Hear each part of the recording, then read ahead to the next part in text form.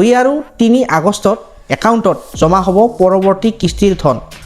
অসম চৰকাৰে অৰুণোদয় আঁচনিৰ পৰৱৰ্তী কিস্তি 2 আৰু 3 আগষ্টত হিতাধিকাৰীসকলৰ বাবে বেংক একাউণ্টত CM-AAA হিতাধিকাৰীসকলৰ বাবে ডাঙৰ সুখবৰ।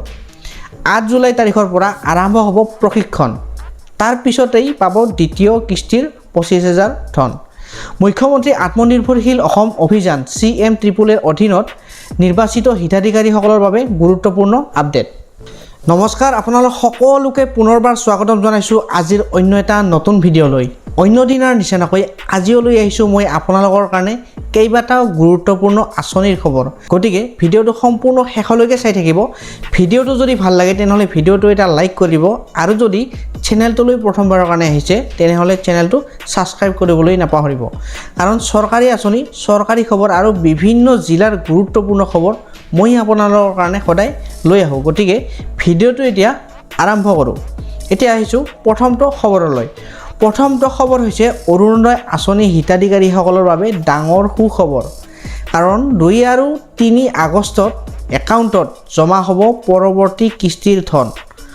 অসম চৰকাৰে অৰুণোদয় আঁচনিৰ পৰৱৰ্তী কিস্তি 2 আৰু 3 আগষ্টত হিতাধিকাৰীসকলৰ বাবে বেংক একাউণ্টত DBT মানে ডাইৰেক্ট বেনিফিট ট্ৰান্সফাৰৰ জৰিয়তে জমা কৰাৰ কথা জাননীযোগে প্ৰকাশ কৰিছে।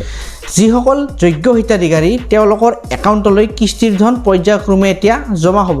সেয়েহে বেংক একাউণ্ট আপোনালোকৰ সক্ৰিয় হৈ আছেনে নাই, আধাৰ সংযোগ আৰু DBTৰ তথ্য সঠিক আছেনে নাই এবাৰ আপোনালোকে পৰীক্ষা কৰি ল'বলৈ পৰামৰ্শ দিয়া হৈছে। যদি 3 আগষ্টৰ পিছতো আপোনালোকৰ ধন জমা নহয় তেন্তে স্থানীয় পঞ্চায়ত বা সংশ্লিষ্ট বিভাগৰ সৈতে আপোনালোকে যোগাযোগ কৰিবলৈ অনুৰোধ জনা হৈছে।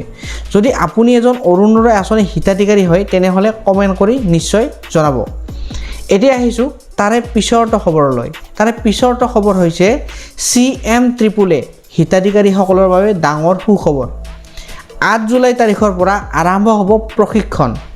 তাৰ পিছতেই পাব দ্বিতীয় কিস্তিৰ 25,000 ধন। মুখ্যমন্ত্ৰী আত্মনিৰ্ভৰশীল অসম অভিযান CM-AAAৰ অধীনত নিৰ্বাচিত হিতাধিকাৰীসকলৰ বাবে গুৰুত্বপূৰ্ণ আপডেট। 8 জুলাই তাৰিখে জিলাভিত্তিক প্ৰশিক্ষণ মানে ট্ৰেইনিং কাৰ্যসূচী আৰম্ভ হ'ব। এই প্ৰশিক্ষণ সফলভাৱে সম্পূৰ্ণ কৰাৰ পিছত যোগ্য হিতাধিকাৰীসকলক দ্বিতীয় কিস্তি 25,000 ধন প্ৰদান কৰা হ'ব। এই ধন ব্যৱসায় বা আত্মসংস্থাপনৰ কাম আগবঢ়োৱাৰ উদ্দেশ্যে আগবঢ়োৱা হৈছে। সকলো হিতাধিকাৰীক প্ৰশিক্ষণৰ তাৰিখ, স্থান, সময় আৰু তাৰ সম্পৰ্কে নিজৰ জিলা প্ৰশাসন বা সংশ্লিষ্ট বিভাগৰ পৰা অহা SMS বা জাননী নিয়মিতভাৱে চাবলৈ অনুৰোধ জনোৱা হৈছে। প্ৰশিক্ষণ উপস্থিত থকাটো অত্যন্ত গুৰুত্বপূৰ্ণ। যদি আপুনি এজন CM-AAA হিতাধিকাৰী আপোনাৰ জিলাত প্ৰশিক্ষণৰ SMS বা ফোন আহিছে নে অহা নাই কমেণ্ট কৰি জনাব। আৰু এই SMSবোৰ হোৱাটছআপ যোগে প্ৰেৰণ কৰা হৈছে। যদি আপোনালোকে হোৱাটছআপ যোগে মেছেজবোৰ পোৱা নাই তেনেহ'লে আপোনালোকে DIC অফিচত গৈ আপোনালোকে খবৰ ল'ব পাৰে। তাৰে পিছৰটো খবৰ হৈছে অসমৰ জৰুৰীকালীন সেৱাত আহিব নেকি এক ডাঙৰ পৰিৱৰ্তন। কেবিনেটৰ আজিৰ সিদ্ধান্তে সলনি কৰিব পাৰে আপোনাৰ সুৰক্ষাৰ ব্যৱস্থা।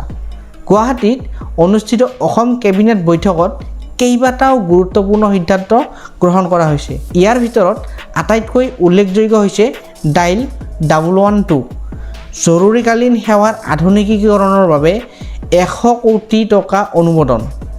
এই ধনেৰে আৰক্ষী, অগ্নি নিৰ্বাপক আৰু এম্বুলেন্স সেৱা অধিক দ্ৰুত, স্মাৰ্ট আৰু কাৰ্যক্ৰম কৰি তোলাৰ লক্ষ্য লোৱা হৈছে যাতে জৰুৰী অৱস্থাত মানুহে অতি সোনকালে সহায় লাভ কৰিব পাৰে।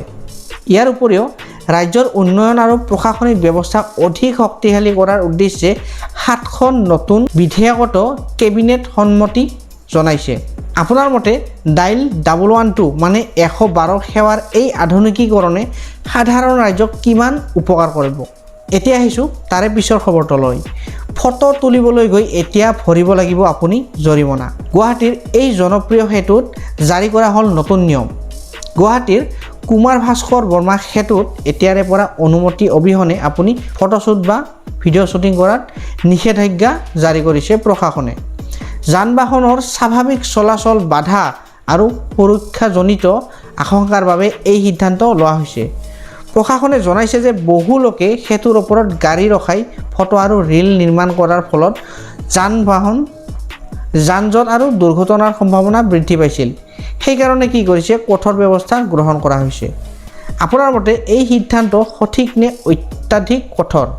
কমেণ্ট কৰি নিশ্চয় জনাব। এতিয়া আহিছোঁ তাৰে পিছৰটো খবৰলৈ। তাৰে পিছৰটো খবৰ হৈছে PM কিষাণৰ টকা বন্ধ হ'ব পাৰে আপোনাৰ। কেন্দ্ৰীয় চৰকাৰৰ নতুন নটিফিকেশ্যনে এই কৃষকসকলৰ বাবে জাৰি কৰিলে গুৰুত্বপূৰ্ণ নিৰ্দেশনা। কেন্দ্ৰীয় চৰকাৰে PM কিষাণ আঁচনিৰ হিতাধিকাৰী কৃষকসকলক eKYC, আধাৰ বেংক একাউণ্ট সংযোগ আৰু আধাৰ চিডিং আৰু ভূমি তথ্য লেণ্ড ৰেকৰ্ড ভেৰিফিকেশ্যন সম্পূৰ্ণ কৰাৰ বাবে পুনৰ আহ্বান জনোৱা হৈছে। এই প্ৰতিক্ৰিয়াবোৰ সম্পূৰ্ণ নকৰা কৃষকসকলৰ পৰৱৰ্তী কিস্তি ৰখাই দিব পাৰে বুলি চৰকাৰে স্পষ্ট কৰিছে। চৰকাৰে লগতে জনাইছে যে 23 সংখ্যক কিস্তি জুন মাহত মুকলি কৰা হৈছিল আৰু যিসকল যোগ্য কৃষক সকলো নথি সঠিক আছে তেওঁলোকৰ একাউণ্টলৈ 2000 টকা DBTৰ জৰিয়তে জমা হৈছে। এতিয়া যিসকলৰ নাম তালিকাত নাই বা ধন লাভ কৰা নাই তেওঁলোকে তৎক্ষণাত নিজৰ eKYC আৰু নথিপত্ৰসমূহ পৰীক্ষা কৰিবলৈ আহ্বান জনোৱা হৈছে।